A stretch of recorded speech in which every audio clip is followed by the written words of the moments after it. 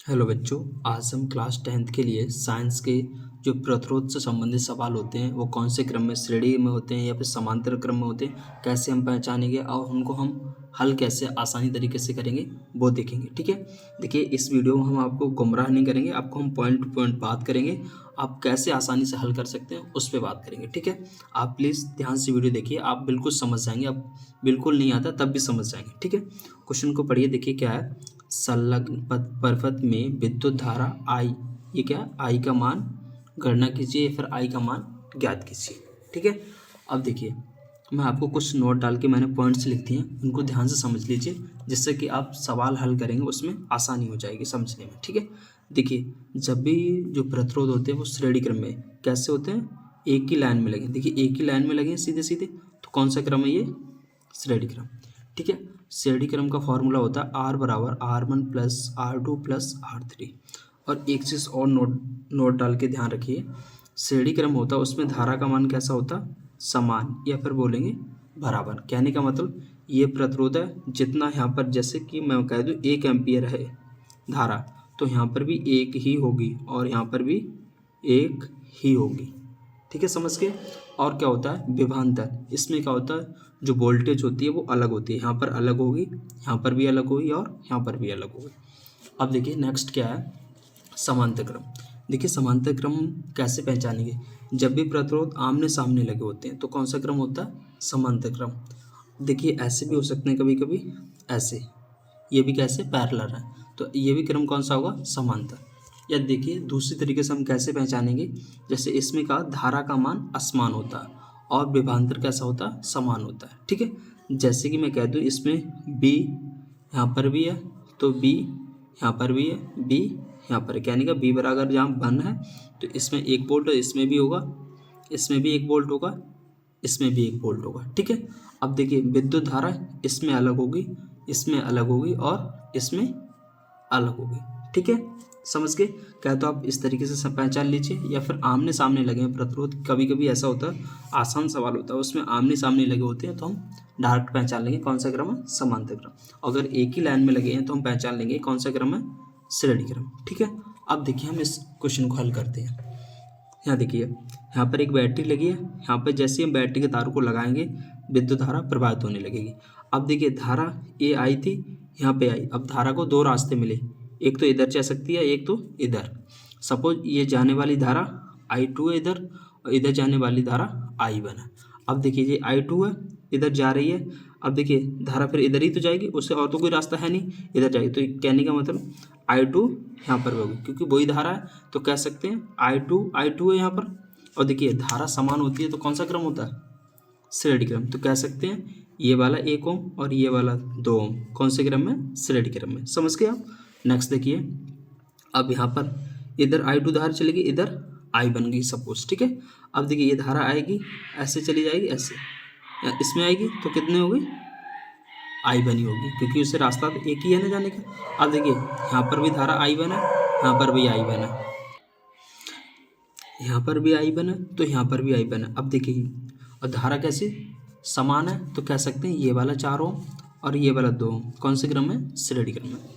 ठीक है, आप समझ के पहचान लेंगे कौन कौन से क्रम में लगे। ठीक है, अब देखिए ये 1 और ये 2, तो कौन सा क्रम है, 1 ओम 2 ओम कौन सा क्रम है, श्रेणी क्रम। ठीक है, और श्रेणी क्रम में फॉर्मूला क्या होता है, R बराबर R1 प्लस R2। ठीक है, 2 हैं तो 2 ले लिया, अगर 3 होते तो R3 ले लेता मैं। तो R बराबर R1 इसे मानेंगे तो 1, R2 इसे मानेंगे तो 2, तो R बराबर कितना आ जाएगा, 1 और 2 3। ठीक है, कहने का मतलब हमने यहाँ से यहाँ तक हल कर लिया। ठीक है, अब नेक्स्ट देखिए, अब हम कर रहे हैं यहाँ से यहाँ तक कर। देखिए I1 है, ये भी I1 है, तो ये 4 ओम और ये 2 ओम, धारा समान है दोनों में, तो कौन सा क्रम होगा, श्रेणी। 4 और 2 कौन सा है, श्रेणी क्रम। ठीक है, तो मान लीजिए इसे R डैश, क्योंकि R हम यहाँ मान चुके हैं तो R डैश बराबर, इसे R2 मान सकते तो इसे R3 मान लो, इसे R4 मान लो। तो R3 बराबर कितना होगा, 4, R4 बराबर कितना होगा, 2, तो R डैश कितना आ जाएगा, 4 और 2 6 ओम। ठीक है, अब देखिए ये हल करने के बाद अब देखिए चित्र कैसा बनेगा। इन दोनों को मैंने हल किया, एक लाइन में आ जाएंगे, कहने का मतलब इस तरीके से होंगे। ठीक है, अब देखिए इसको हल किया हमने नीचे वाले को, तो नीचे वाले को हल करेंगे तो ऐसे हो जाएंगे। ठीक है, अब इसमें धारा कितनी जा रही थी, I2, देखिए I2 जा रही थी ऊपर वाले में, और नीचे वाले में कितनी जा रही है I1, तो इसमें कितनी जा रही है I1। इसे हल किया था तो कितना आया था 3, दोनों को हल करने के बाद 3 ओम। ठीक है, अब देखिए इसे हल किया तो कितना आया 6 ओम। अब देखिए आमने सामने भी होंगे, और देखिए इसमें I2 जा रही है, इसमें I1 जा रही है, धारा अलग अलग है। अब देखिए जब धारा अलग अलग होती है तो कौन सा क्रम होता है, समांतर क्रम। देखिए मैंने नोट करके पहले बता दिया था, धारा असमान है, कहने का मतलब बराबर नहीं है, तो कह सकते हैं I2 और I1 कौन से क्रम में, ये वाले, ये 3 और 6 समांतर क्रम में, 3 ओम व 6 ओम कौन से क्रम में, समांतर क्रम में। ठीक है, अब देखिए क्या फॉर्मूला होता है, 1/r बराबर 1/r1 प्लस 1/r2। ठीक है, इससे r डैश माना तो इससे r डबल डैश मान लो अलग करने के लिए। अब देखिए ये वाला इससे मान लो 1/1/3, r2 कितना हो जाएगा 1/6, 1/r डबल डैश। ठीक है, अब देखिए 3 और 6 का हम लेते हैं लासा।